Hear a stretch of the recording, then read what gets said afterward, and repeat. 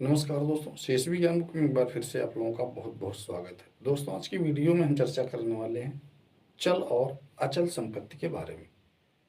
आप लोगों ने चल और अचल संपत्ति का नाम तो सुना होगा, लेकिन कभी आपने विचार किया कि इसका मतलब क्या होता है?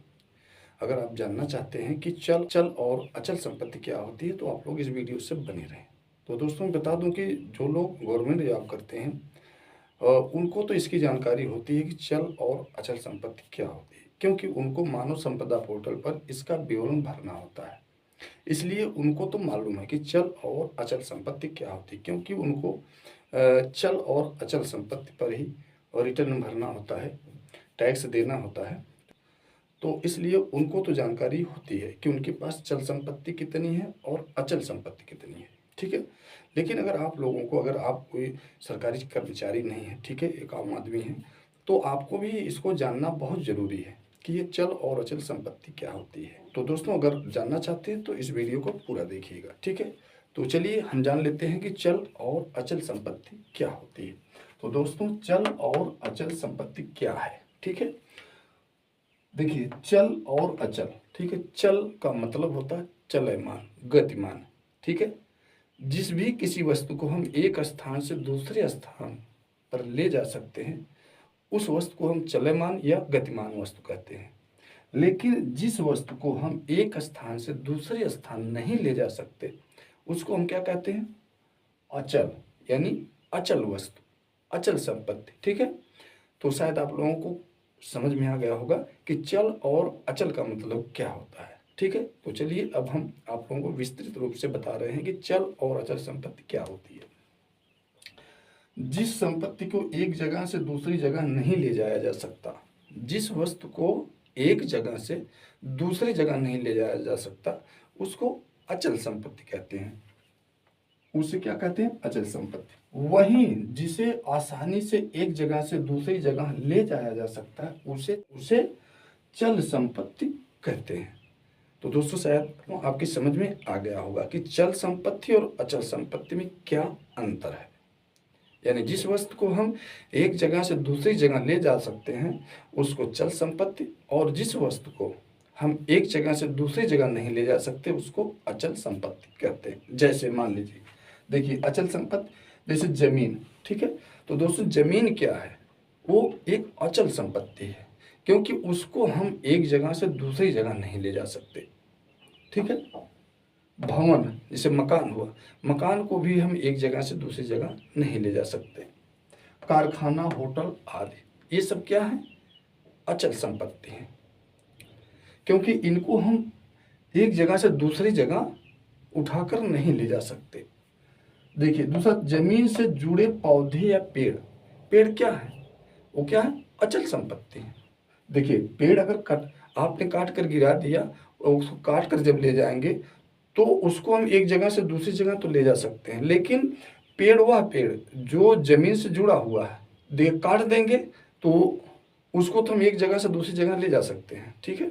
लेकिन अगर वो पेड़ जमीन से जुड़ा है, लगा हुआ है, तो उसको हम एक जगह से दूसरी जगह नहीं ले जा सकते। इसलिए पेड़ या पौधे ये क्या हो गए? अचल संपत्ति हो गई। ठीक है। अब देखिए, चल संपत्ति, गाड़ी, गहने और अन्य कीमती सामान। जैसे गाड़ी को हम एक जगह से दूसरी जगह ले जा सकते हैं, ये क्या हो गई? हमारी चल संपत्ति हो गई। गहने हो गए, गहने भी हम एक जगह से दूसरी जगह ले जा सकते हैं, तो ये भी चल संपत्ति। अन्य और भी जो कीमती वस्तुएं हैं, जिसको हम एक जगह से दूसरी जगह ले जा सकते हैं, उसको क्या कहते हैं? चल संपत्ति।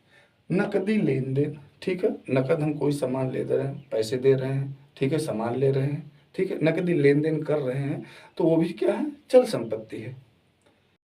जैसे थ्रेसर हुआ, ठीक है, ट्रैक्टर हुआ, ये सब क्या है? ये सब चल संपत्ति है। फर्नीचर के सामान, कोई भी लकड़ी का सामान हो, ठीक है, पेड़ को हम काट देंगे, काट कर कहीं ले जाएंगे तो चल संपत्ति में आ जाएगा।